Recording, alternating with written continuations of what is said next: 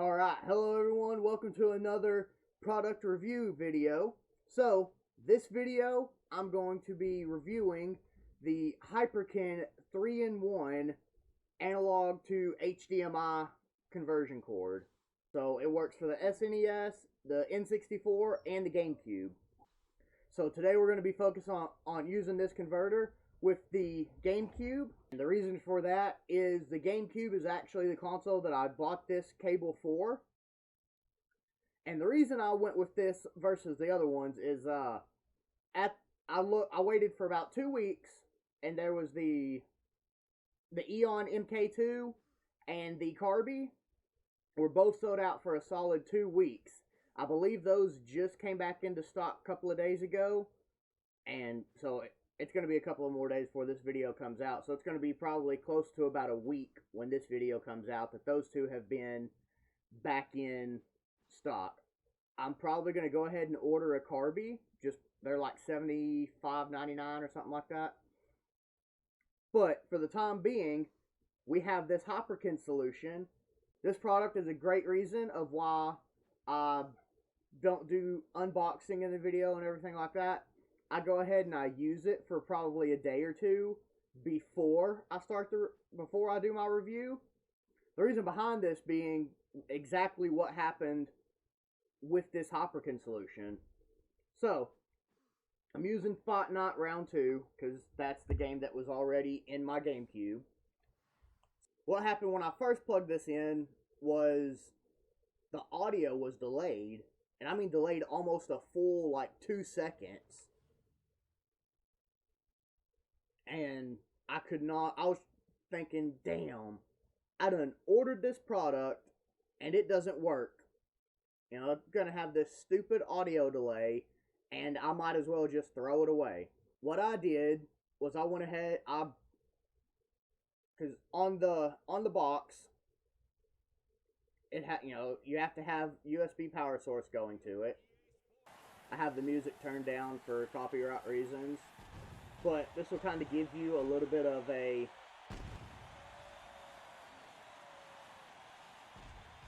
you can see the different effects and things like that.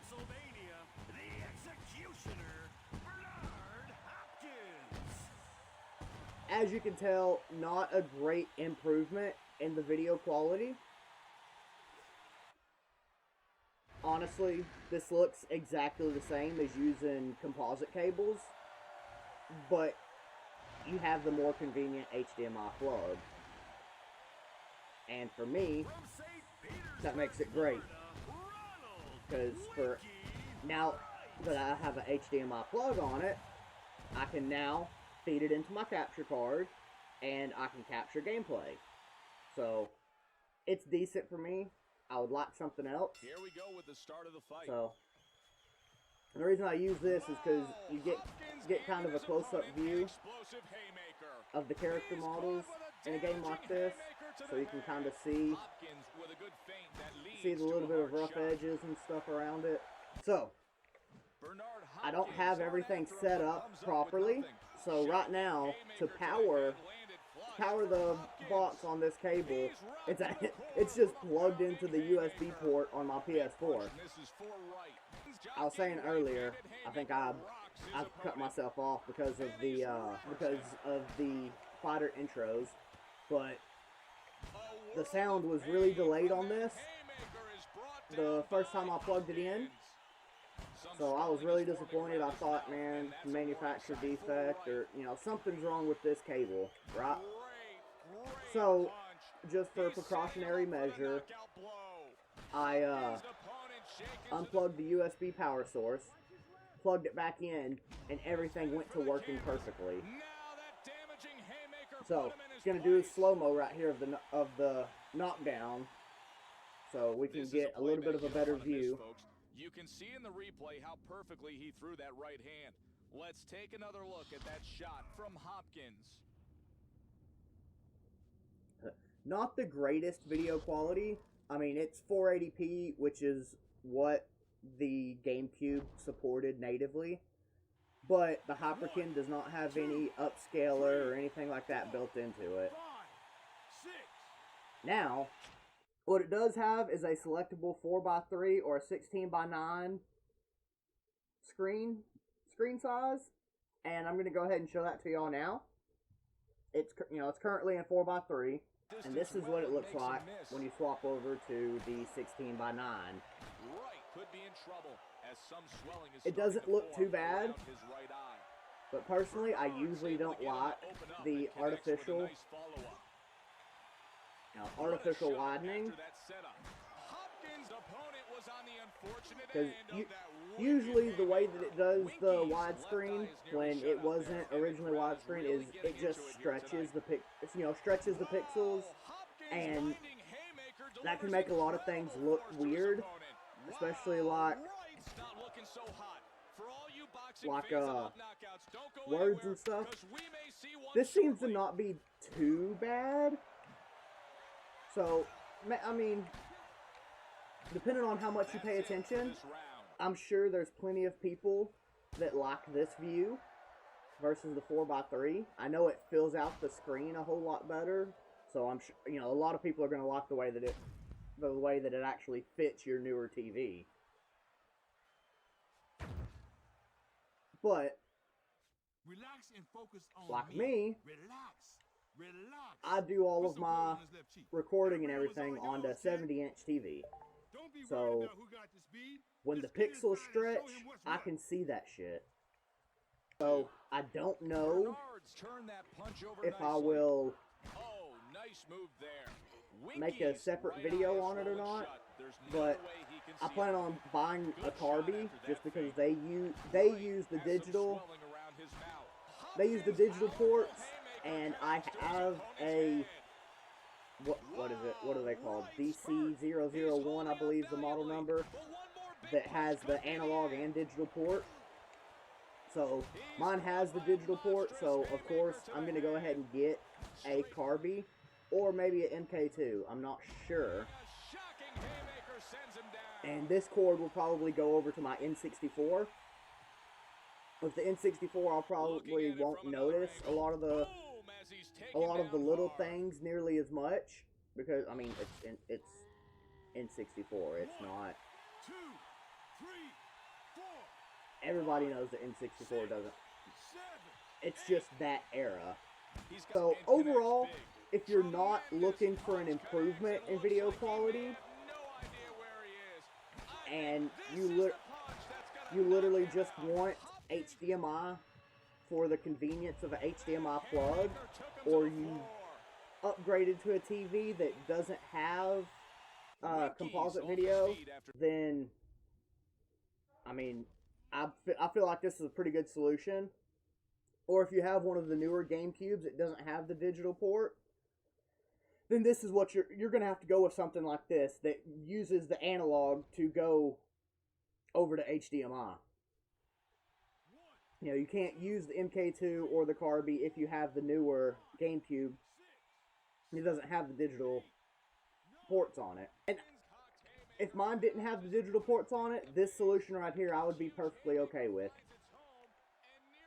I mean, I'm not mad at it, because it looks almost exactly the same as it looked like last week when I was playing the GameCube with, just the 3 RCA, the good old yellow, red, white.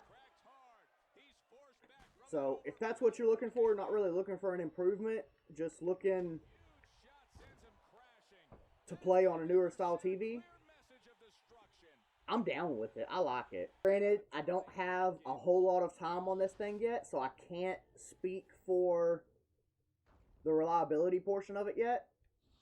I'll have maybe a total of an hour and a half, maybe 2 hours of gameplay on this cable.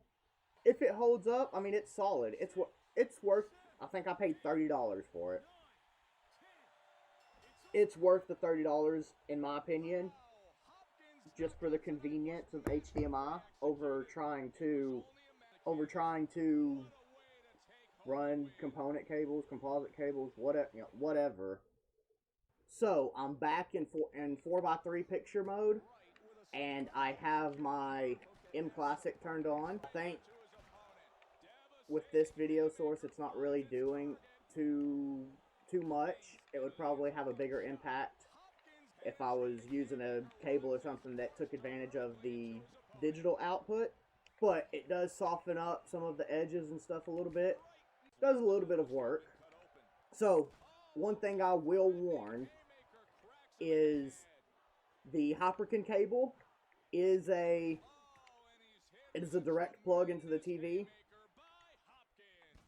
So it plugs into the Gamecube, N64, whatever else. It plugs into there, and then it has a male HDMI end on the other end. So if you're wanting to use something like an M Classic or just a certain, your certain HDMI cable, or if you're wanting to plug anything into it, you're either going to have to get a HDMI coupler, which I don't know the quality of those. I've never used one. But, it's female end on both ends. And you plug a male end to one end and it goes to a male end on the other end. You'd have to use something like that, or you'd have to use like what I'm using. And I have a HDMI switch box. So this switch box, it has 4 inputs. It have 4 HDMI inputs on it, and then it has the one output. And I have my M Classic set on the output of the switch box. So no matter what I play, no matter what I'm doing, everything that I have goes through the switch box and then goes through the M Classic. So everything that I play is upscaled. Whatever the M Classic can upscale or anything like that. So just be warned that if that's what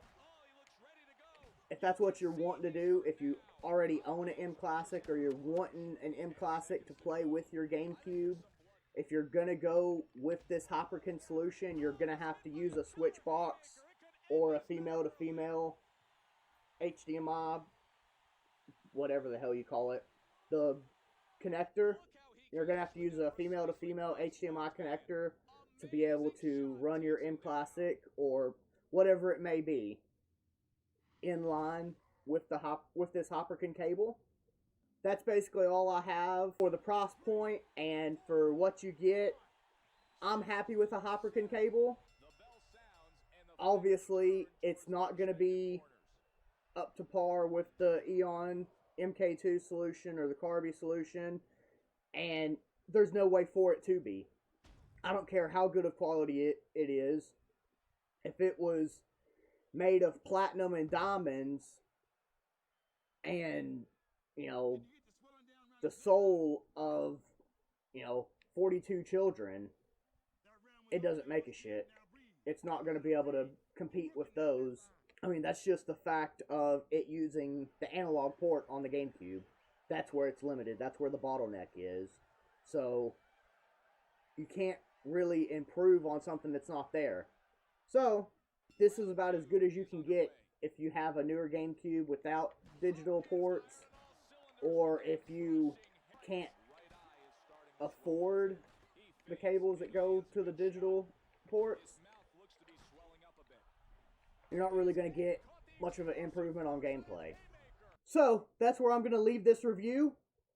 If you're just wanting the convenience of HDMI, but you don't really necessarily need a better picture from your GameCube, and you can save a decent amount of money. I'm pretty sure this was only like a $30 product versus, Carby and MK2 that are $75 and I think $130. So for $30, this thing has its price point. It meets quality. So if you're wanting something cheap to get your HDMI quality out of your old composite setup, then this is going to be the solution for you. And also, something that's going to be very big for a lot of people is the fact that it has the option for 4x3 or 16 by 9. I know a lot of people are not going to want to plug this into their widescreen TV and have those big old black edges on the corners like you can see in the video. What you see on the video is what it actually looks like when it's plugged in gameplay. So a lot of people are not going to want to plug this in and only be using like 2/3 of their screen. So it's got a little switch on it. You flip it over 16 by 9, bam, now you're using the whole screen. And that's going to be great for a whole lot of people. Personally, I don't like it because most of the time when you get a 16 by 9 format on these older consoles, you have a real stretched look. I'm not a fan of the stretched look. Some people may be okay with it. It's not a thing for me. I don't like it. But if it doesn't bother you and you prefer it to the 4x3, then you're going to love this product that much more. So that's kind of my review for the Hyperkin 3-in-1 HDMI solution for the SNES, N64, and Gamecube. Now, I may make a video later doing some N64 gameplay with it, but right now I just wanted to focus on the Gamecube, and I believe I've done that. If you like this review, let me know. Maybe you've had a different experience, better, worse, whatever it may be.